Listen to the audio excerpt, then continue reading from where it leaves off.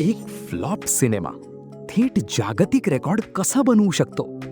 लंडनच्या स्टुडिओमधून मी Paul AI talk रेडिओवर तुम्हा सर्वांचे स्वागत आहे. आज आपण एका अशा अद्भुत गोष्टीबद्दल बोलणार आहोत ज्याने इंटरनेटवर खळबळ उडवून दिली आहे.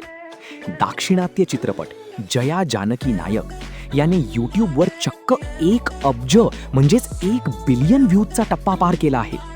हा विक्रम करणारा हा जगातील पहिला चित्रपट ठरला आहे. आपल्यासोबत यावर चर्चा करण्यासाठी काही कॉलर जोडले गेले आहेत. मुंबईवरून मिलिंद आपल्यासोबत आहेत. मिलिंद, स्वागत आहे. Thanks Paul. म्हणजे हा खरोखरच प्रचंड मोठा धक्का आहे यार. हा चित्रपट 2017 मध्ये थिएटरमध्ये आला होता आणि तिथे तो सपशेल फ्लॉप ठरला होता. जवळपास 40 कोटींचे बजेट होते आणि कमावले फक्त 20 कोटी.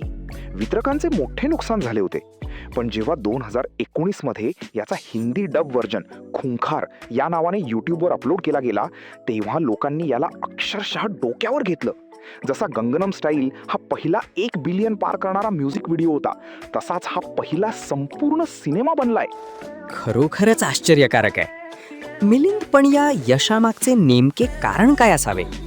आमच्याशी पुण्यातून स्नेहा जोडल्या गेल्या आहेत. स्नेहा, या चित्रपटात असे काय आहे? हो पॉल, खरं तर हा दिग्दर्शक बोयापती श्रीनू यांचा एक टिपिकल रोमॅन्टिक ॲक्शन ड्रामा आहे. यात बेलमकोंडा श्रीनिवास आणि रकुलप्रीत सिंग यांच्या मुख्य भूमिका आहेत. गगन आणि स्वीटी यांची प्रेमकथा, मग वडिलांच्या विरोधामुळे झालेले त्यांचे वेगळे होणे आणि नंतर गगनने तिला वाचवणे, असे याचे कथानक आहे. यूट्यूबवर डब केलेल्या दाक्षिणात्य सिनेमांना हिंदी पट्ट्यात खूप मोठा प्रेक्षक वर्ग मिळतो. सरत कुमार आणि जगपती बाबू यांच्यासारख्या कलाकारांच्या अभिनयामुळे हा लोकांच्या पसंतीस उतरला. म्हणजेच डिजिटल प्लॅटफॉर्मने या चित्रपटाला एक अगदीच नवे जीवन दिले आहे.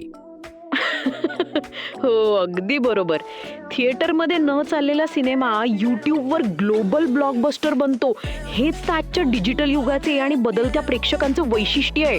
अतिशय रंजक विश्लेषण. मिलिंद आणि स्नेहा, आमच्या शोमध्ये सहभागी झाल्याबद्दल धन्यवाद. तर प्रेक्षकांनो, खुंखारच्या या यशामुळे चित्रपट वितरणाचे समीकरण कसे बदलत आहे हे स्पष्ट दिसते. आजच्या भागासाठी एवढेच. मी पॉल लंडनहून रजा घेतो. ऐकत रहा AI टॉक रेडिओ.